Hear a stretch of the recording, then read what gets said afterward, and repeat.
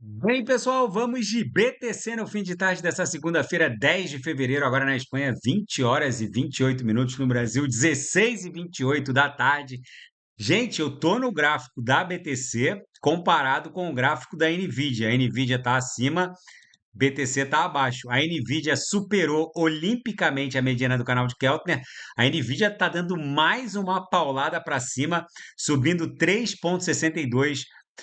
No dia 6 de fevereiro, a Nvidia subiu 3%, 3 e alguma coisa. No dia 7, não, desculpa, no dia 5 de fevereiro, 3,28, se eu não me engano. No dia 6, 5,4. No pregão de sexta-feira, subiu mais 3,4 e hoje está subindo 3,61. Gente, a Nvidia, ela basicamente virou o índice que mede o interesse global pela força computacional centralizada. A BTC, ela passou a ser o índice que mede o interesse global pela força computacional descentralizada. Vocês podem ter certeza que se a Nvidia rompeu a mediana do canal de Keltner e fez as três linhas do canal emborcarem para cima, isso vai acontecer com a BTC, com um delay de 2 ou 3 pregões. Como a gente está desenhando o primeiro corpo real comprador hoje, é bem provável que entre hoje e amanhã a BTC consiga romper esse topo de hoje. Ela chegou a fazer a máxima hoje em 98,345, precisa romper 98,800 para se livrar da mediana do canal de Keltner e migrar para a banda superior do canal. Isso deve acontecer nas próximas horas. Agora eu vou pular para o gráfico diário, ancorado na nuvem e nas três linhas do canal aqui que desenha a nossa congestão. Meus amigos, se a gente superar a mediana do canal de Keltner, a próxima parada para a BTC é 108, 109 mil dólares.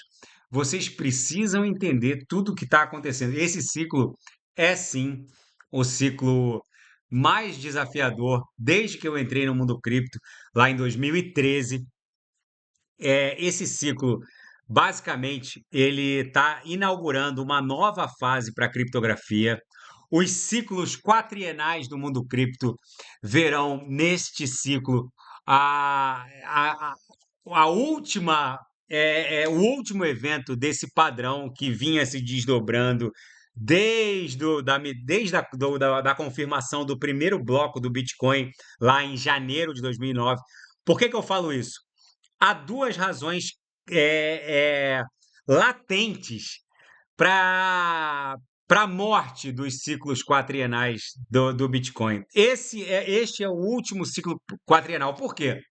Porque a, o primeiro fator, né, mais importante é o impacto relativo dos halvings, que é a diminuição pela metade dos rewards de mineração. Ele basicamente o impacto dos halvings a partir de agora vai ser quase nenhum ou irrisório.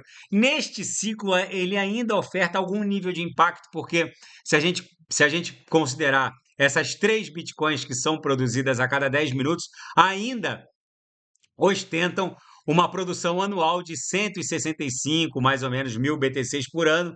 Isso equivale à compra de uma MicroStrategy. Só que a partir do próximo halving, o impacto relativo dessa fenomenologia, que é o halving, vai ser irrisório, muito diluído. Hoje, só o fato dos ETFs de BTC no mercado à vista terem sido declarados pelo Larry Fink, o CEO da BlackRock, como o ETF no mercado à vista de melhor performance na história, foi o ETF, nem o ETF de ouro, nem o ETF lastreado em ouro, lançado pelo mercado TradeFi norte-americano, conseguiu aglutinar uma quantidade de interesse e riqueza de forma tão rápida e de forma tão agressiva quanto o ETF de BTC no mercado à vista. Então, já é o ETF no mercado à vista mais bem sucedido da história. Fora o fato de que uma simples compra institucional, como a compra da MicroStrategy, equivale a quase 2 anos de mineração. Então, este é o último ciclo onde o halving vai impor algum choque na oferta. Agora, a gente precisa olhar a segunda variável. Há uma outra variável muito importante que mudou o jogo completamente. Essa variável do halving, ela diz respeito à oferta. Ou seja, com os mineradores globalmente considerados só conseguindo produzir 3 BTCs a cada 10 minutos, e isso anualmente equivale a 165 mil BTCs por ano, isso além de ser algo irrelevante a partir do próximo halving, a gente precisa analisar agora não a oferta, mas a gente precisa olhar o lado da demanda. Há uma alteração sísmica no lado da demanda que é tão ou mais importante que o choque da oferta, com os rewards de mineração sendo absolutamente irrelevantes a partir de 2028. Em abril de 2028 vai acontecer o próximo halving da BTC. O que eu quero dizer com isso? A gente está em vias de presenciar a corrida maluca institucional soberana. A gente está agora presenciando a corrida maluca institucional privada. Os bancos, uma MicroStrategy, que é só a primeira de muitas. Agora, muitas corporações de capital aberto também estão promovendo as suas respectivas corridas malucas por BTC. Tá até aqui nos fatos. Já vou falar disso tudo. Fundações e universidades americanas agora começam a acumular BTC como nunca. Só que no próximo, em pouco tempo, assim que o Donald Trump aprovar a tal da reserva soberana de BTC em favor do Estado soberano norte-americano, a gente vai presenciar uma corrida maluca institucional soberana mundo afora. Aí, meus amigos, a irrelevância daquele choque lá na oferta vai ser ainda mais contundente e brutal. Porque com a corrida maluca dos institucionais soberanos, aí sim que basicamente essa mudança sísmica na demanda vai impor a extinção absoluta dos ciclos quadrienais. E o que isso interessa para a gente? Altera de forma brutal a maneira com que a gente vai lidar com a expansão do market cap das altcoins. Por que eu falo isso? Porque até o ciclo passado, esse é o último ciclo em que isso vai acontecer. Essa imagem era muito comum entre qualquer cripto influencer, qualquer continha na plataforma X que eventualmente fale sobre criptoativos, a gente vê lá. O dinheiro entra no mundo cripto pela BTC, depois vai para a ETH, depois vai para as super large caps, depois vai para as altcoins. Agora a gente precisa rever tudo isso. Com certeza, a gente está prestes a presenciar uma inundação de dinheiro em direção às altcoins que constroem a base da Web3. Então, a gente não pode mais ficar adstrito a isso aqui, porque com a chegada da migração do fluxo de dados e riquezas de um mainstream centralizado por grandes clouds, de grandes big techs. Então, o que a gente tem hoje? Grandes forças computacionais centralizadas, como os data centers, as clouds do Vale do Silício, a AWS, né, da Amazon Web Service, as clouds da Meta, da Alphabet, Google. Só que quando a gente olha para uma Solana que em muito pouco tempo está ostentando mais de 140 milhões de usuários, e a Solana cresce numa velocidade jamais vista em nenhuma rede da Web 2. Solana hoje possui 140 milhões de public addresses ativos. Só que no dia 10 de março de 2025, ou seja, daqui a 30 dias, Solana vai ter em torno de 168 milhões de public addresses ativos. E daqui a 60 dias, Solana vai estar próxima de 200 milhões de public addresses ativos. E daqui a 5 meses, Solana vai ter 500 milhão de public addresses ativos. Então, vocês precisam esquecer esse diagramazinho que era comum entre qualquer influencer cripto mequetrefe, porque o jogo mudou. O jogo mudou porque já uma rede como Solana crescendo nessa velocidade, ela cresce mais rápido do que Facebook, do que Instagram, do que o WhatsApp. Isso é uma bizarrice, gente. Então, vocês precisam estudar a lei de Metcalfe. Quando eu falo que vocês não podem alugar o raciocínio alheio, é porque vocês não podem alugar o raciocínio alheio. As pessoas não entendem por que a meta vale 2 trilhões. A meta vale 2 trilhões, porque não é porque aqueles minerais que ficam me perguntando, Renato, da onde vai sair a liquidez para levar a Solana para mais de 1 trilhão? Então vamos lá. Por que que aqui, ó, eu tô no Google, eu botei Meta Market Cap. Por que a Meta vale 1,8 tri, vale quase 2 trilhões? Porque ela tem 2 bilhões de usuários. Por que o iOS da Apple vale. Por que a Apple vale 3 trilhões? Pelo mesmo motivo, porque são bilhões, são quase 2 bilhões e meio de usuários. E por aí vai. Vocês precisam entender lei de Metcalfe. O valor de uma rede, o valor de uma rede, ela aumenta ao quadrado da base de usuários e do fluxo de dados e riquezas que essas redes fazem trafegar. Eu vou repetir. O que o que sustenta o valor da meta em 1,8 tri é a base de usuários. E o mercado ele olha para frente, ele não olha para o passado. Então, por que eu estou falando para os senhores que a Solana, até o final desse ciclo, vai ter um market cap acima de meio tri? Isso se não bater um tri. Porque a Solana está indo para algo em torno de 1 bilhão de usuários até o final de 2025, começo de 26. Só por isso. Ah, mas Renato, da onde vai sair a liquidez de blá blá blá? Gente, vocês não podem raciocinar como minerais. Vocês precisam entender o tamanho da revolução. Só que a rede Solana, ela, depois que o Trump lançou o raio da meme coin do Trump, a quantidade de outsiders do mundo cripto que correu para criar uma conta num Dex Wallet Phantom, porque não sei se vocês lembram, a bizarrice que o Trump fez. Basicamente, que quem controla aquela conta no Truth Social e na plataforma X do Trump é o Barron Trump, o filho mais novo do Trump.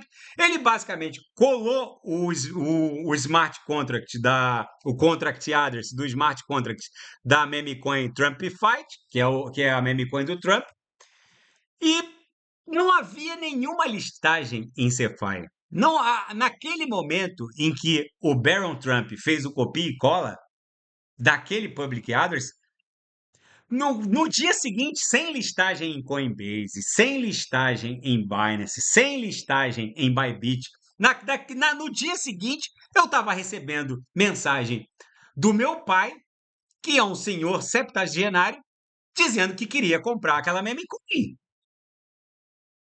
E eu expliquei para ele, pai, ainda não está listado em lugar nenhum, você precisa abrir uma conta na Phantom. E ele, de forma atabalhoada, foi lá e abriu a conta, um septagenário abriu a conta na Phantom.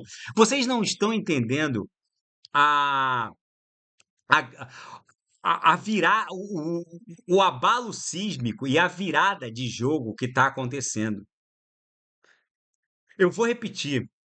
Em muito pouco tempo, a Web3 vai ter bilhões e bilhões de usuários e a força computacional ostentada pela Web3 vai bater de frente com a força computacional da Web2, porque a base de usuários vai ser pau a pau, vai ser a mesma coisa. E aí, esses minerais que estão vendendo Solana agora a 200 e alguma coisa, quanto é que está uma Solana agora? Solana, nesse momento, valendo $203, eles vão voltar quando a Solana estiver ostentando uma base de usuários de 1 bilhão de usuários e uma Solana vai estar valendo 1.800, talvez $2.000. Aí a Solana já vai estar valendo 1 trilhão. Aí os minerais vão perguntar, mas Renato, da onde vem a liquidez de blá blá blá? É a mesma explicação que leva uma meta a valer 1,8 tri a base de usuários. Vocês não podem raciocinar como minerais. É sério que vocês vão esperar a Solana daqui a 5 meses explodir para 1 bilhão de usuários para comprar a Solana de volta? É sério isso que vocês estão falando? Gente, se vocês ficarem seguindo ex-BBB e minerais, vocês vão sempre raciocinar como minerais. Quem não sabe o que comprar, é só clicar no link abaixo, Gemas Altcoin Alert. Ali há várias Solanas enrustidas, prestes a explodir, prestes a surfar essa inundação de usuários que a Web3 vai sustentar. Vocês precisam entender o tamanho da alteração sísmica com que o jogo mudou. Vocês precisam se posicionar nas melhores altcoins. Com a extinção dos ciclos quatrienais e com a chegada na Web3 de usuários na mesma ordem de grandeza da Web2, essa oportunidade geracional de multiplicação de riqueza vai se extinguir. Talvez esse seja o último ciclo em que a gente vai ficar multiplicando o patrimônio por 20, por 30, por 40, por 50 vezes ou mais. Porque depois vai ser crescimento vegetativo. Vai ser como a Web2. Quem esperar a Solana? Lembrem-se, o planeta só tem 8 bi de usuários. Se a Meta, somando Instagram, Facebook e WhatsApp, só tem 2 bilhões de usuários, vocês vão. É sério que vocês vão esperar a Solana atingir 1 bi de usuários para comprar Solana? É sério isso? Então tá, aí vocês vão pagar $2.000 na Solana e depois vão ter que esperar 5, 6 anos para ela pular de 2.000 para 4.000. Podendo comprar 200 e daqui a poucos meses vender por 1.200, 1.300 ou 2.000. Não sejam minerais, pelo amor de Deus! Raciocinem com a própria cabeça. Uma oportunidade geracional de riqueza como essa não acontece todo dia. Quem não sabe o que comprar é só clicar no link abaixo, Gemas Altcoin Alert. Ali eu selecionei as melhores altcoins que vão performar neste ciclo, subdivididas em 3 níveis de agressividade: conservador, moderado, agressivo. Em cada nível eu subdivido nos melhores nichos setoriais que vão performar: DeFi, DeFi, agentes autônomos de AI, RWA, que é a tokenização de ativos do mundo real. Enquanto eu vos falo agora, a BlackRock está tokenizando treasuries do mercado obrigacionista norte-americano, bonds, T-bills, ações da NVIDIA, ações da Apple, ações da Alphabet, Google. E o sujeito fica falando em suposto topo, diante da bizarrice que é esse gráfico. Meus amigos, o sujeito que está fora do mundo cripto, ele merece chafurdar na lama da miséria. Investidores em criptomoedas se preparam para os principais dados dessa semana. Na quarta-feira tem IPC, tem fala do Jerome Powell na Câmara Federal norte-americana. Tudo isso vai impactar, lembrando aos senhoritos que o mercado elege qualquer gatilho para explodir. E como a BTC ostenta uma simbiose movimentacional com a NVIDIA, e a NVIDIA está vulcânica, a NVIDIA agora conseguiu ultrapassar a mediana do canal de Keltner e vai encarar a nuvem, eu não ficaria de fora do mundo cripto. Ainda nos fatos, fundações e universidades americanas agora estão comprando BTC a toque de caixa. E a World Liberty Finance da família Trump, do Barrel Trump, o mais novinho, fez um stake de ETH na cadeia que transformou a World Liberty Finance num dos maiores titulares de recibos de depósito de liquid stake na rede. Enfim, eles se capitalizaram de uma forma brutal com o lançamento das memes Melania e Trump.